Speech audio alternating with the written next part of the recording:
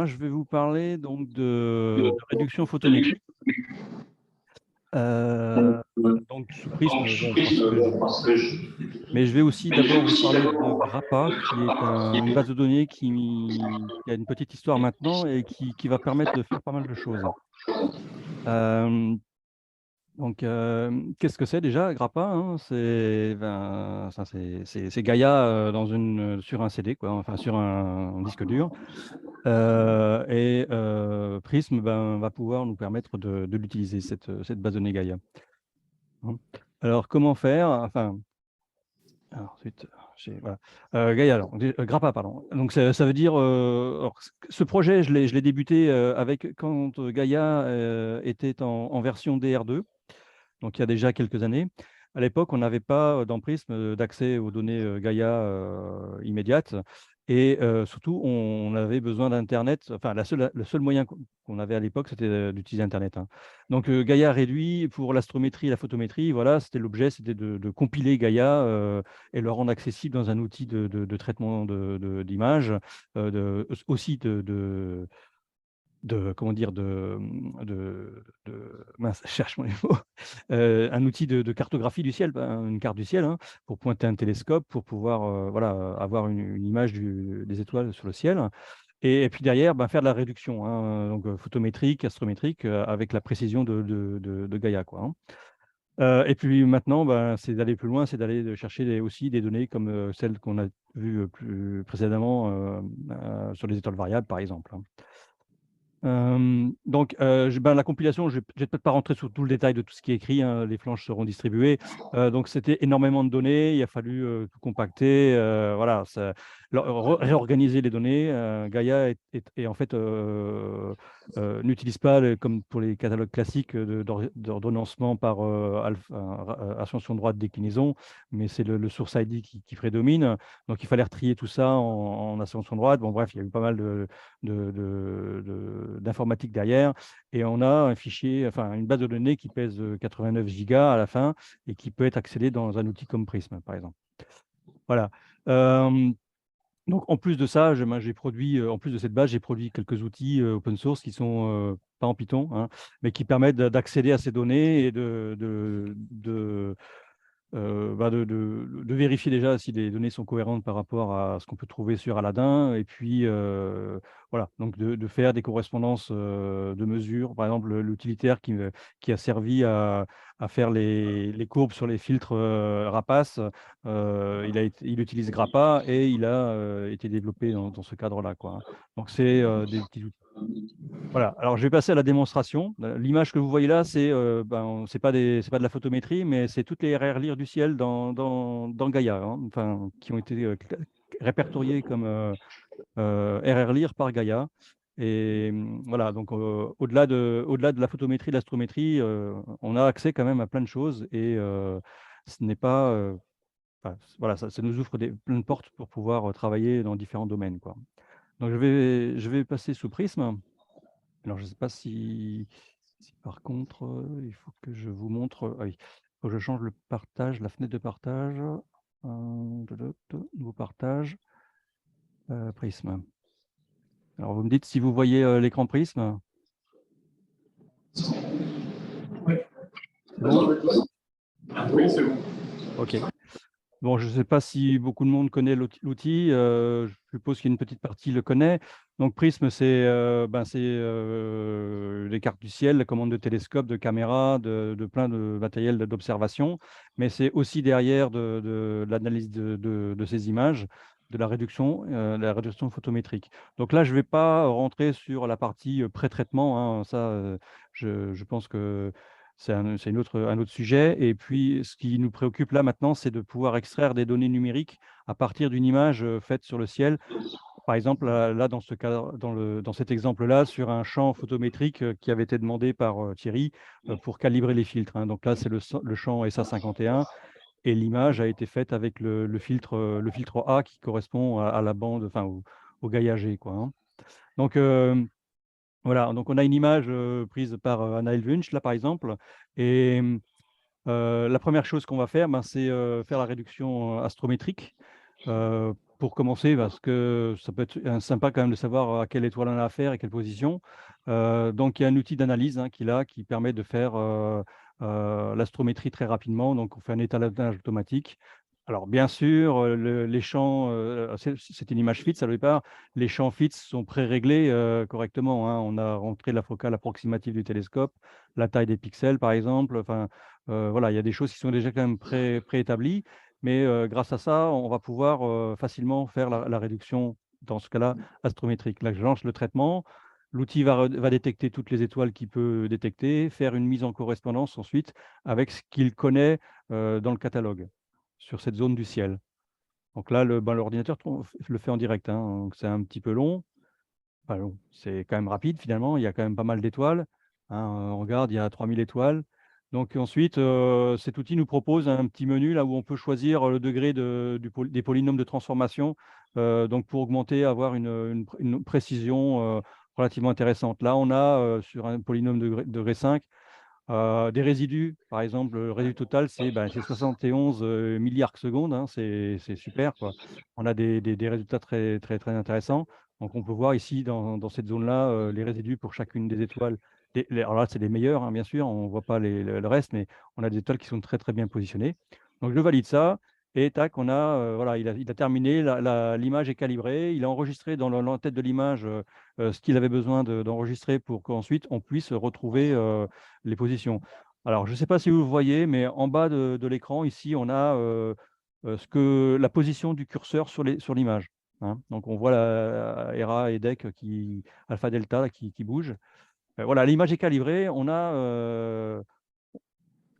sait que maintenant, elle est voilà, ce qu'on regarde, quelle zone du ciel c'est. On va faire la calibration photométrique, c'est celle qui nous préoccupe le plus là pour l'instant.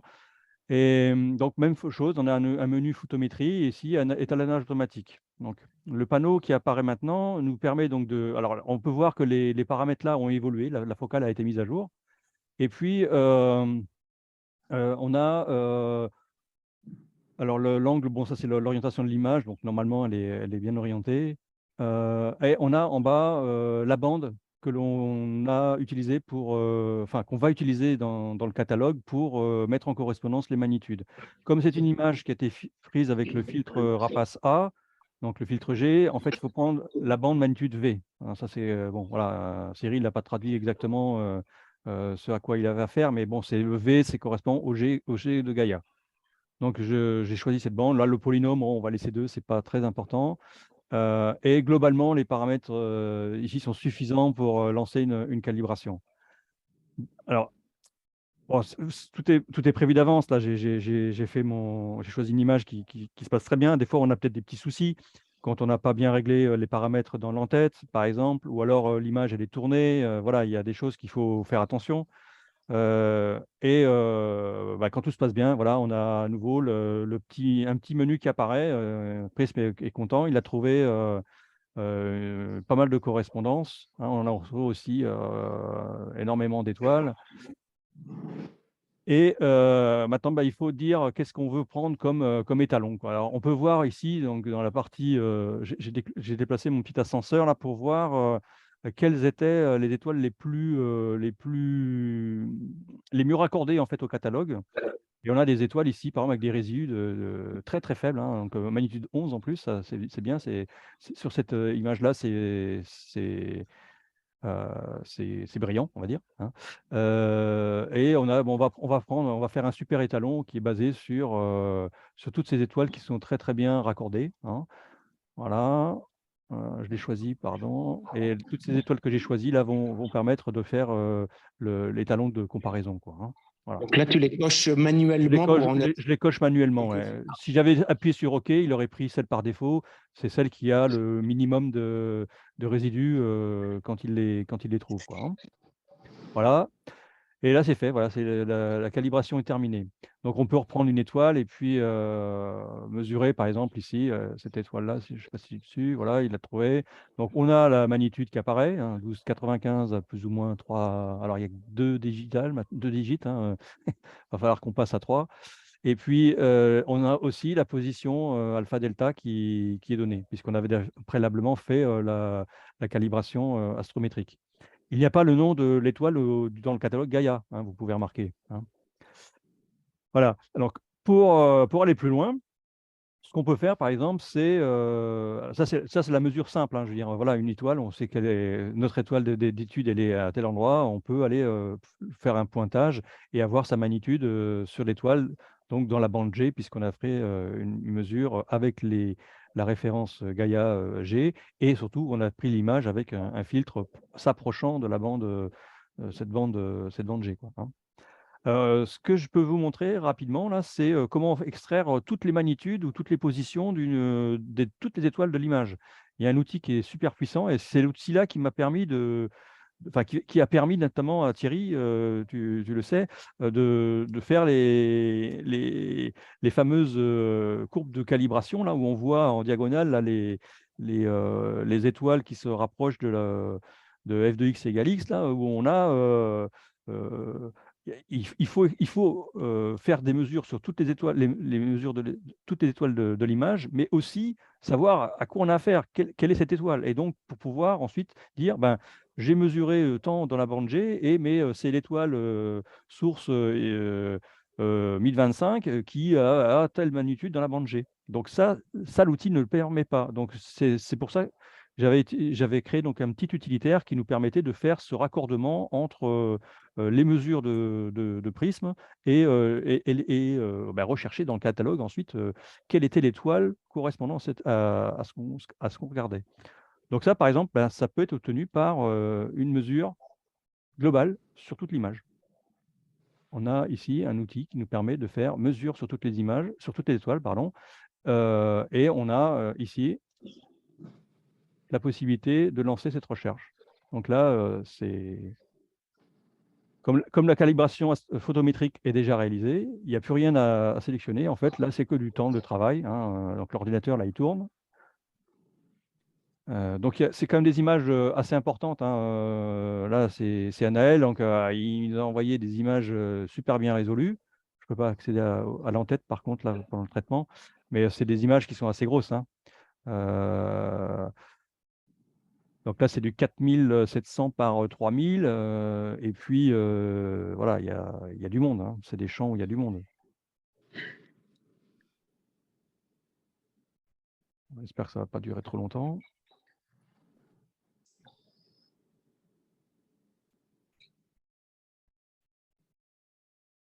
Voilà, ce que je pourrais montrer après, c'est... alors, je n'ai pas plusieurs séquences, mais je vais juste vous montrer le menu. Le Prism contient un outil qui est assez sympa, c'est des mesures sur plusieurs images pour faire des courbes de lumière. Je n'ai pas préparé de jeu de données parce que j'ai pas assez d'images sur le même champ pré-traité qui permettrait de le faire. J'ai pas eu le temps de le préparer, mais ça pourrait être intéressant. Voilà, on a terminé l'analyse là. Donc, on a ici un listing avec toutes les positions d'étoiles. Et donc, alors ça, c'est l'analyse astrométrique. Hein, on voit. Et puis, donc chaque étoile, c'est une ligne. Donc, sa position, un petit numéro et ses coordonnées sur l'image. Et puis, plus bas, qu'est-ce qu'on a? Ah non, j'ai fait l'analyse astrométrique là. Et excusez-moi, il faut compléter. Le menu astrométrie Oui, au ouais, début. alors on va faire la photométrie. Voilà, photométrie. Oui, c'est comme ce qui nous intéresse. C'est l'école de photométrie ici. Hein. Voilà. Mesurer, extraire toutes les étoiles. Hop, c'est parti. Deuxième passe. En fait, c'est ce fichier-là, enfin, c'est ce listing-là qui me sert à faire les diagrammes hein, de calibration des filtres. Donc là, on aura la deuxième partie qui consistera à dire, ben, telle position XY de l'image, j'ai une étoile, et il y a un tel flux et telle magnitude quoi, dans le catalogue. Quoi. Enfin, le flux est talonné par rapport au catalogue, hein, pas dans le catalogue, pardon. Donc ça va durer aussi une petite minute là.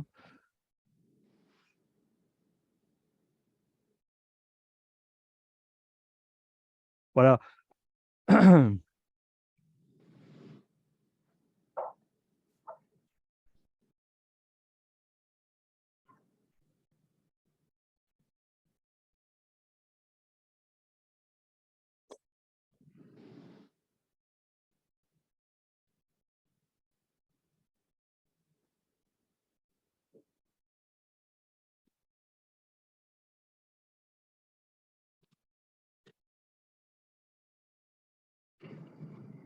Ah, c'est un peu long, hein.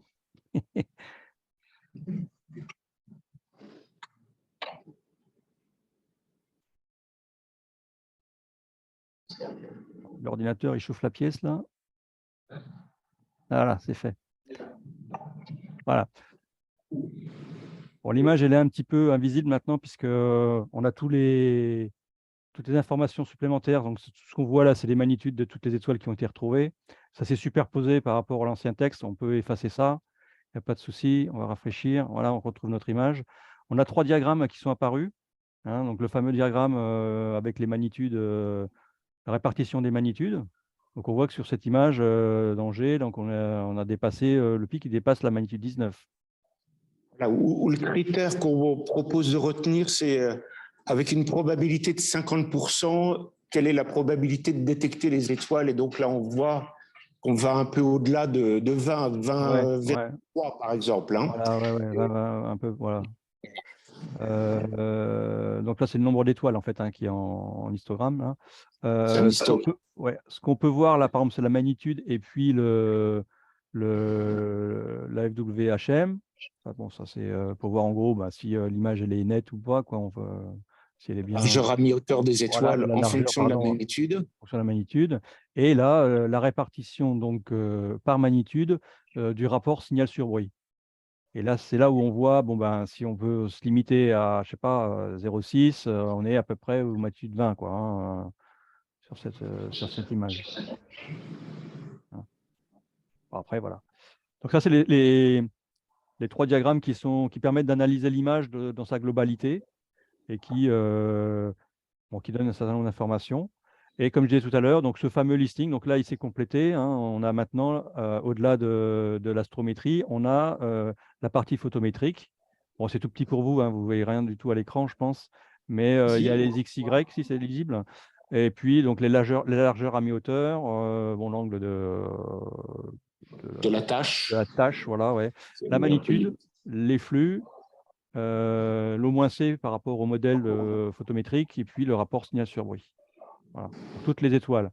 Donc après, moi, l'utilitaire que j'avais fait, ben, il analyse ce fichier et puis il va chercher dans Gaia, en fonction de la position précise qui a été trouvée en astrométrie, il va trouver le nom de l'étoile, quoi. Voilà, c'est tout.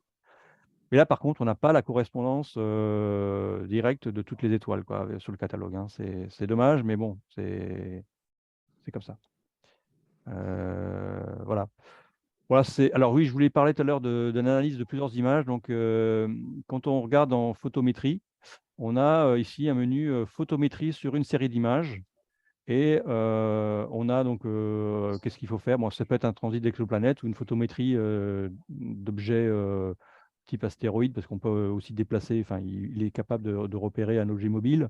Mais tout ce qui est fixe et exoplanète, c'est ce qui nous occupe ici, c'est ça. Là, c'est le premier choix. Il y a quelques réglages je dirais sur les diamètres de photométrie. Ça, bon, ça, j'y touche assez peu. Ça dépend des images après qu'on a, hein, qui sont à notre disposition en fonction du setup qu'on a. Par contre, après, il faut donner une image de référence, la liste des étoiles, des autres images à analyser. Et dans les paramètres de photométrie, eh ben, on va retrouver, comme tout à l'heure, le catalogue que l'on veut utiliser. Donc ici, Grappa, ça sera donc Gaia DR2, EDR3. Et puis pareil, on va lui dire, ben, je veux faire la photométrie par rapport à la bande bleue, ou enfin GB par exemple ici, ou RP ici, ou ben, le G classique, le V comme tout à l'heure. Voilà. Et donc là, on choisit comme en photométrie sur un point, enfin sur une étoile, on choisit quelle bande on a. Et ensuite, on lance le traitement. Et là, il nous sort, bon, j'ai malheureusement j'ai pas le setup là qui permet de le faire, mais on pourrait lancer. En plus, le traitement, il est assez long. Donc, j'aurais pu charger une image, enfin un fichier. On retrouve donc derrière notre image, et sur chaque étoile qu'il a pu analyser, on va pouvoir en établir la courbe de lumière en cliquant dessus, quoi. Et on aura l'évolution du rapport signal sur bruit sur toute l'image. On retrouve une courbe de magnitude rapport signal sur bruit, comme celle-ci, hein, et on peut voir, on pourrait voir par exemple sur la série d'images quelles sont les étoiles variables. Ça permettrait de les détecter. Voilà ce que je pouvais dire en démonstration. Je sais pas d'autres choses. Je sais pas combien de temps j'ai pris là. S'il reste un peu de temps hein, pour les Très bien, questions, Marc. n'hésitez pas. Ou tu veux peut-être montrer là, les fichiers que tu m'avais envoyés il y a 2, 3 jours, là, le tableau Excel qui est très parlant ou qui met en regard. Oui, je peux vous montrer ça. Alors attendez, je vais le charger. Voilà, tu termines là-dessus, Ouais, ouais, ouais, c'est pas de très souci. bien. Parce que j'ai simplement montré voilà, ces images hier soir, mais un peu rapidement. Donc, Ok, attendez, je vais c'est charger ça vraiment. en vitesse. Je retrouve. Alors, oui, réponds à la question. Comment on télécharge Grappa, Marc? Alors, Ah oui, bonne question. Alors, on peut le trouver à l'IMCCE. Alors, attendez, je vais dans la fin du fichier que je vous ai montré tout à l'heure, il y a. Alors, je vais le remettre en page là. Attendez, télécharge le partage d'écran. En attendant, pourquoi j'ai ça? Je vais repartager l'écran. Voilà. Hop. Voilà, il y a quelques références à la fin de mon exposé, des planches. Donc, il y a où on trouve les données Gaia, les données sources, hein, parce qu'en fait, j'ai travaillé qu'à partir des données sources et non pas d'interrogations sur le site Cosmos, là, qu'on a vu tout à l'heure. Donc, c'est que les données sources. Et donc, des fichiers, en fait, c'est des fichiers CSV hein, qui contiennent toutes les données. Hein, donc, il faut les extraire et après les traiter. Et donc, le résultat, ben, il est à l'IMCCE. Là, il y a un serveur FTP qui est en accès libre. Ou alors, ben, il y a mon serveur FTP où j'indique là, il y a un mot de passe quand même. Je l'ai protégé un peu plus. Et il y a un login à faire. Bon, vous avez le login et le password. Et tout se transfère assez rapidement. Moi, j'ai une bonne liaison fibre. L'IMCCE, c'est pareil, hein, c'est assez rapide, même s'il y a effectivement 66 gigas compressés, quoi. Mais voilà, on le trouve là. Hein, il n'y a pas de secret. Ça C'est va. en accès libre. Voilà.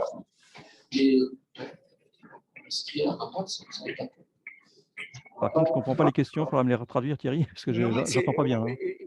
c'est parfait. Là, tu réponds à Patrick qui se posait la question. Et puis montre, voilà, Alors, le effectivement, fichier rapace. le tableur là, que tu as, qui permet de mettre en regard les mesures de chaque étoile en Ouais. regard avec la magnitude du catalogue. Voilà, ça sera le lien avec ce que j'ai dit tout à l'heure. Utilitaire. Donc, ça fait le lien, effectivement. Je vais repartager donc ça. Où est-ce qu'il est, mon écran? Ouais, là. Et ce qui est remarquable, ce sont des données brutes. Et après ça, on peut effectivement mettre au point quelques équations associées à chaque observateur pour limiter des biais systématiques qui sont liés à la sensibilité spectrale du CCD, au site, est-ce qu'on est à haute Vous voyez altitude. des choses là? Oui, très bien. Là, on voit le. Alors, bon, après, c'est un tableau. Hein. Non, Il y non, a mais voilà, on voit les diagrammes hein, que tu as pu présenter. Donc là, c'est toutes les mesures de tous les observateurs.